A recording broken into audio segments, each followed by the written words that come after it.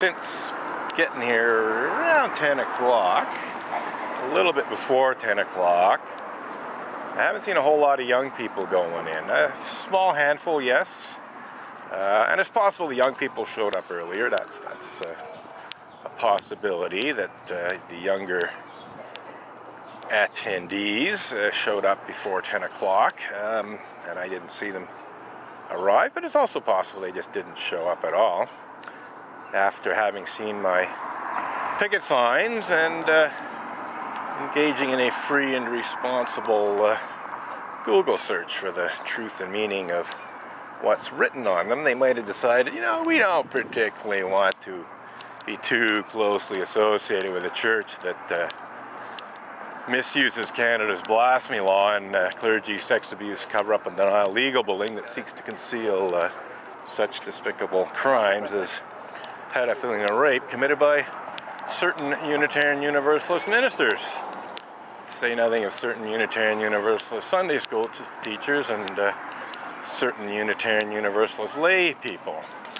So it's quite possible that after being initially recruited, lured to the Unitarian Church of Montreal in various ways, that they looked into things a little deeper on the internet and decided, oh, you know, there's some problems here that we don't particularly want to have to deal with.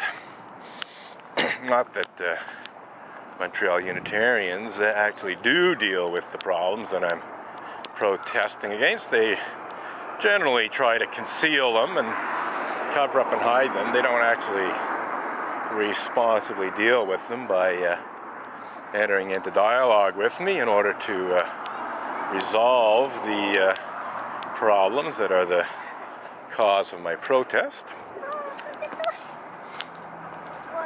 So I got a few more people showing up here. Whoops. Okay.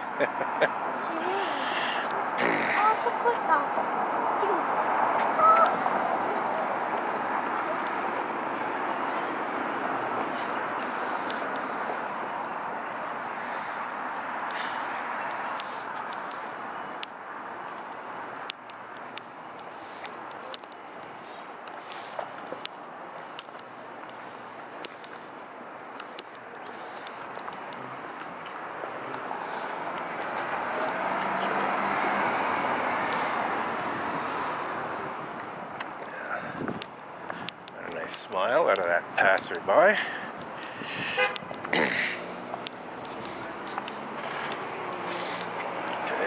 and yeah, a couple of people heading this way from the east who look to be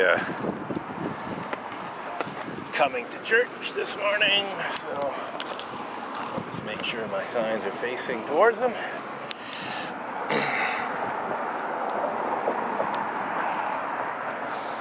Maybe not.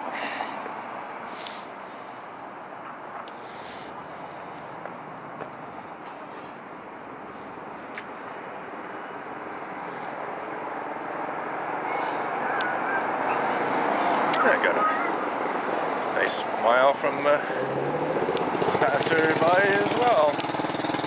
So far things are pretty positive in terms of public response. You know, no honking of horns yet, no thumbs up and that sort of thing. We're getting some nice smiles from some of the passers-by. And yeah, that first little chat with Unitarian Universalists from Pennsylvania went very well, I think. They certainly weren't. They weren't confrontational. You know, they were interested in knowing what it was about, and you know, when I told them, you know, that one of the issues was cover-up of sexual abuse of children, they didn't go into deep denial mode as so many Unitarians do. You know, they actually asked for more information, and I gave them more information. But they also seemed, you know, quite uninformed of things you'd expect them to know. Like, you'd expect them to know who Jim Key is, considering he's the, you know, or was, I should say, because he resigned back in the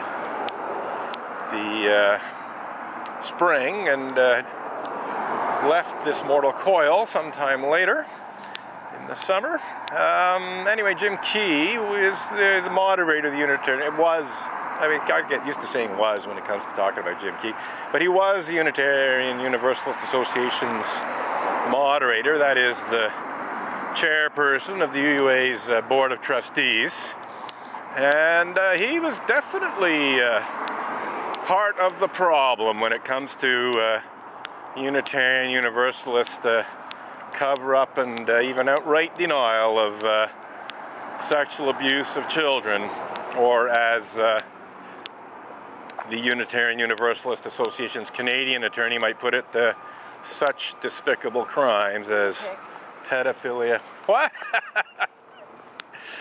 I suggest you check the facts, madame. Oh, a Trudeau salute. Well, thank you. Thank you. Always enjoy a Trudeau salute in front of the Unitarian Church of Montreal. So this cyclist definitely had a negative response. I didn't hear it exactly, but it sounded like she said, "You prick."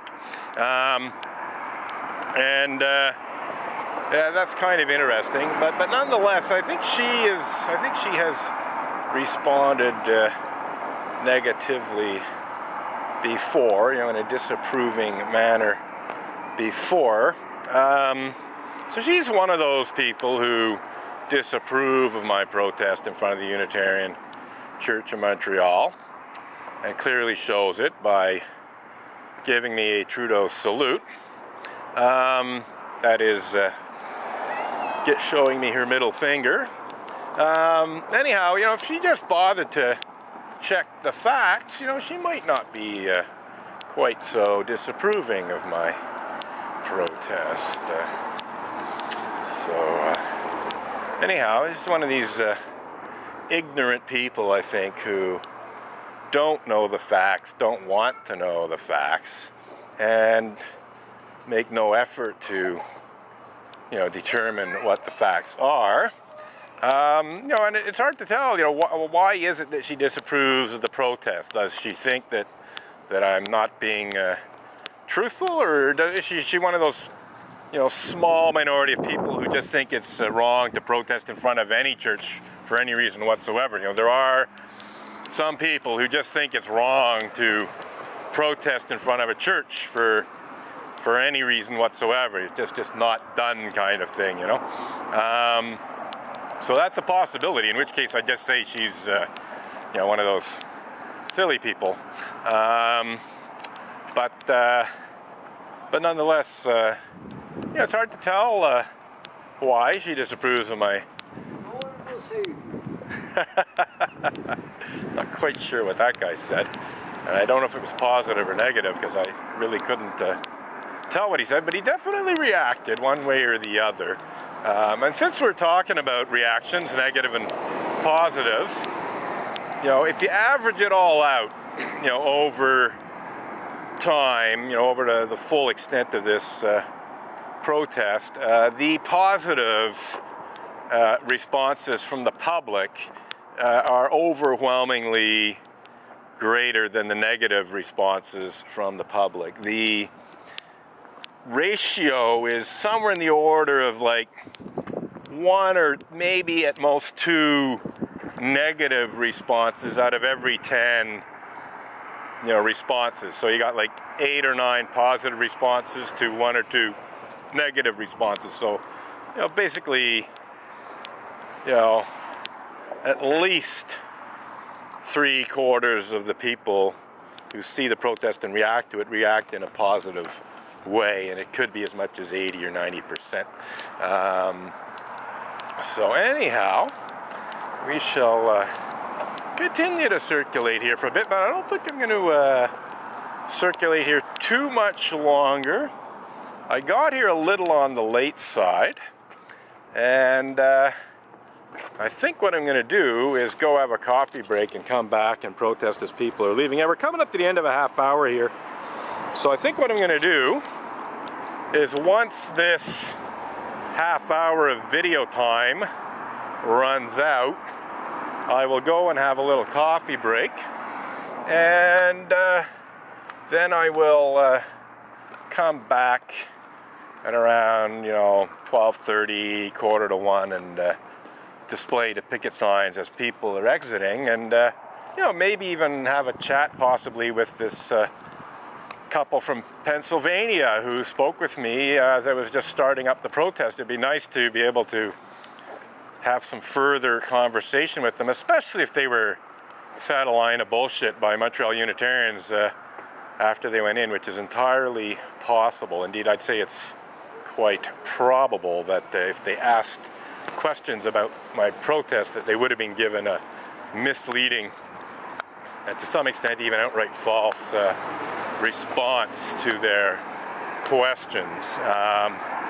In fact, the Unitarian Church of Montreal has some kind of printout that they give people, and if it's a version of what I've seen elsewhere, it contains highly misleading information and even some outright falsehoods. So it would be interesting to have a chat with them if they did get the church's spin. Okay, so yeah, the wind's blowing down the signs. So yeah, we're done pretty well for this segment of the protest. So just a quick little half hour. And, unless something interesting happens in the very near future, I'm not starting up the recording for another go. And it doesn't look like anything's likely to happen immediately. Got the straggler showing up here.